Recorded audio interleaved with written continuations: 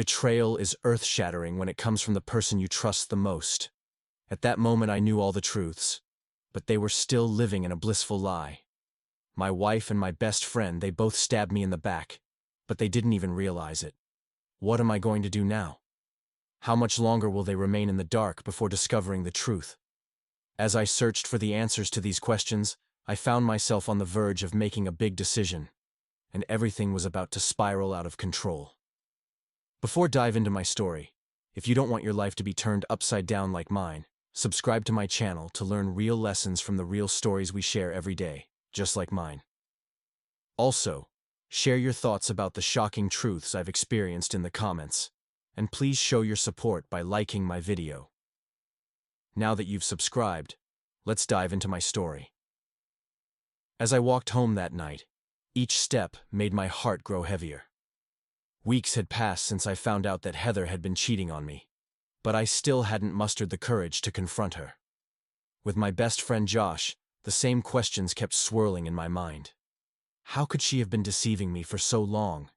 Why Josh? How could they have fooled me so easily? Lost in these thoughts, I started preparing a simple dinner in the kitchen. I just wanted to be alone with a few beers and a basic meal. But then there was a knock on the door. Standing there was Carla, Josh's wife. It was the first time we had looked each other in the eyes so closely. She was wearing a loose t-shirt, and there was something hidden in her gaze. "Can we talk?" Carla asked, her voice trembling slightly. "Sure," I said, inviting her in. After sharing a few glasses of wine in the kitchen, Carla told me that she had known about Josh and Heather's affair for a long time. "How did you find out?" I asked, feeling the anger rising inside me. "I found a condom packet in Josh's pants," she said, her voice calm but filled with pain.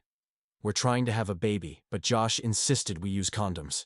That means he's cheating on me with someone else."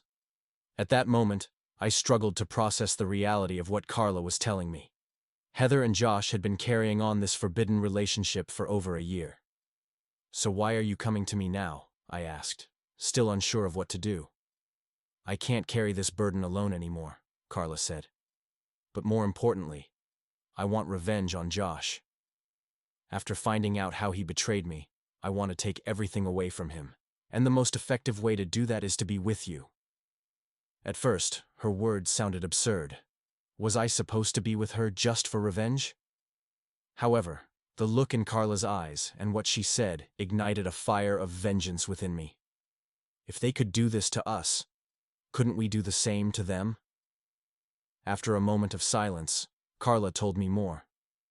"Josh says he wants to have children with me, but why would I bear his children?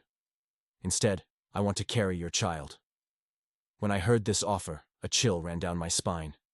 I never expected Carla to go this far, but seeking revenge, delivering the biggest blow to Josh, it started to seem like a way to strike back against the betrayal that had hurt us both.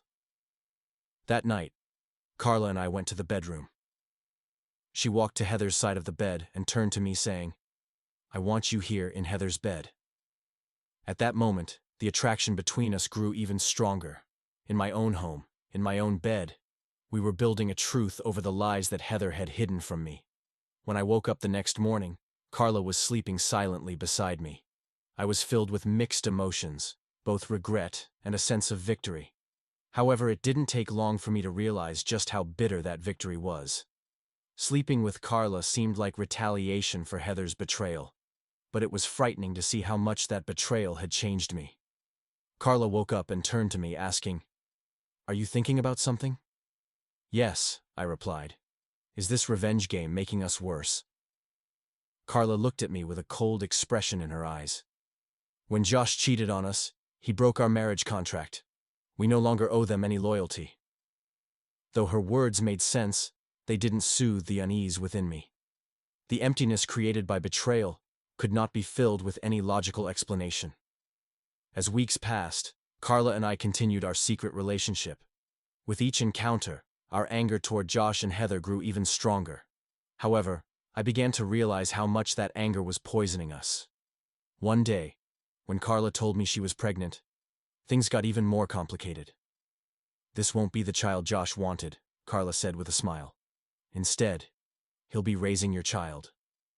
This news filled me with both joy and deep anxiety.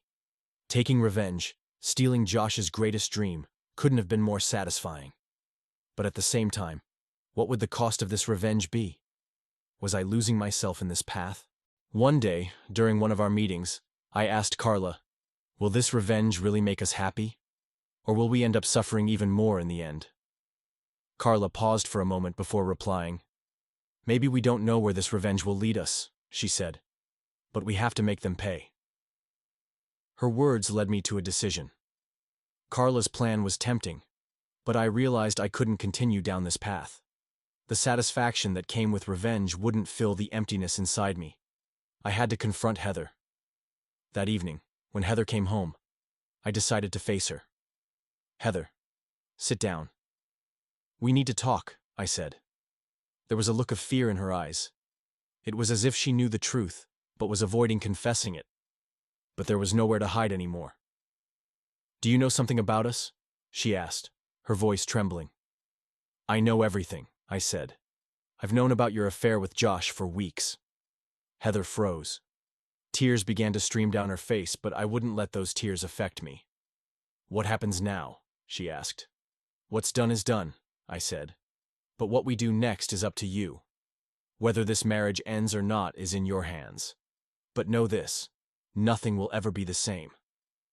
After that confrontation, I felt a sense of relief. But at the same time, a huge void opened up in my life. Trying to put the broken pieces of my relationship with Heather back together would be a long and painful process. But I had decided to end my relationship with Carla. When I told Carla, I said, I can't play this game any longer. We need to leave everything behind before this revenge destroys us even more. Carla struggled to accept this decision at first, but eventually she also decided to step back from this path. We had gotten our revenge, but we had also seen how that revenge had changed us. From that day on, my life was never the same. I tried to salvage my relationship with Heather, but once trust is broken, it's nearly impossible to restore. As the days went by, I noticed a change in Heather's behavior. She acted as if everything was fine. She kept telling me she loved me and that we could fix our relationship. But her words were empty. She was trying to cover up the depth of the wound inside both of us. Lying beside her in bed at night, I still had doubts. Had she really ended the affair? Or was she secretly continuing it? One night, just as I was about to fall asleep, Heather's phone rang. Glancing at the screen, I noticed an unknown number. Heather quickly grabbed the phone and left the room. The suspicion inside me flared up.